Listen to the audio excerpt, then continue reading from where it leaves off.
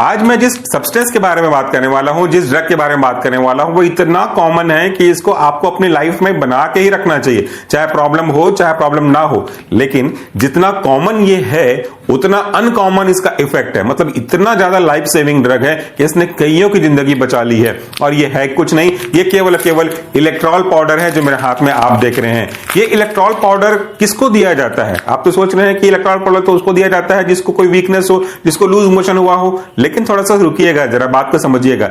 Electral powder या फिर ORS घोल या तो WHO ORS घोल, नाम कोई सा भी हो, प्रोनाउंसिएशन कोई सा भी हो, ये है क्या?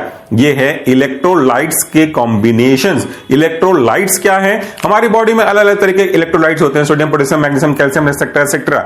ये अपना अपना काम करते रहते हैं। जब हम बात कर रहे हैं तो भी हमारा इलेक्ट्रोलाइट काम कर रहा है, मूव कर रहा है। जो चीज मेरे दिमाग में चल रही है उसको मेरे जुबान पे वर्ड्स के फॉर्म में लाने के बीच का जो प्रोसेस है, इसमें भी इलेक्ट्रोलाइट हमारी बहुत मदद कर रहे हैं। कोई चीज यहां पे चुभ रहा है, इसका पेन का परसेप्शन मुझे तुरंत होता है, इसमें भी इलेक्ट्रोलाइट जैसे सोडियम इंपॉर्टेंट पार्ट प्ले कर रहे होते हैं।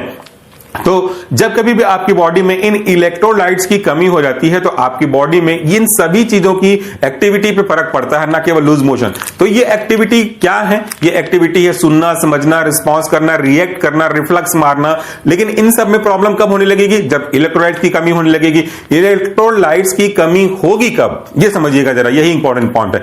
इलेक्ट्रोलाइट की कमी तब होगी जब आप एक्सेसिस में यूरिन पास कर रहे हो, अगर आप डाययूरेटिक यूज कर रहे हैं, अगर आपको लूज मोशन है, या अगर आपको डिसेंट्री है, या तो आपको डायरिया है, इसमें आप मैक्सिमम वाटर सब्सटेंस को इलेक्ट्रोलाइट के साथ में एक्सक्रीट आउट कर रहे हो। आपको अगर सीवियर वोमिटिंग हो रही है, बहुत फ्रीक्वेंटली वोमिटिंग हो रही है, तो पूरा कंटेंट ऑफ GIT का बाहर जा रहा है, साथ में वाटर भी बहुत अधिक मात्रा में जा रहा है, साथ में वाटर में डिसॉल्व इलेक्ट्रोलाइट्स भी बाहर जा रहे हैं, तो आपकी बॉडी इलेक्ट्रोलाइट की डेफिशिएंसी की ओर बढ़ती जा रही है और वहां पे कमी होती जाएगी। तो वहां पे अगर आपने इलेक्ट्रोलाइट को वापस से बैलेंस नहीं किया, इसे कहते हैं ओरल रिहाइड्रेशन सॉल्ट, यानी कि ओरल रूट से दिया जाने वाला सॉल्ट जो कि इलेक्ट्रोलाइट्स है, वो सॉल्ट को कॉम्बिनेशन है। रिहाइड्रेशन मतलब पानी की कमी डिहाइड्रेशन कहलाती है।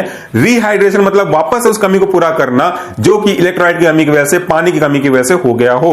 तो ज्यादातर यूज उसका तो डायरिया के पेशेंट को दिया जाता है, वोमिटिंग करने वालों को दिया जाता है।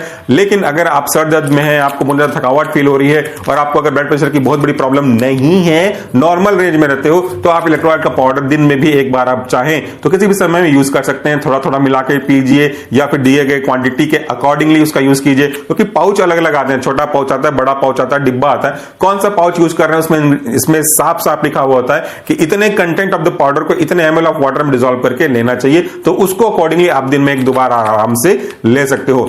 एक चीज का विशेष याद रखिएगा, जब कभी भी आपको लूज मोशन हो रहा हो तो आपको थोड़ा सा टेस्ट बर्ड भी अफेक्ट हो जाते हैं। आपको ये जो इलेक्ट्रोल का पाउडर है, कईयों को टेस्ट पसंद नहीं आता।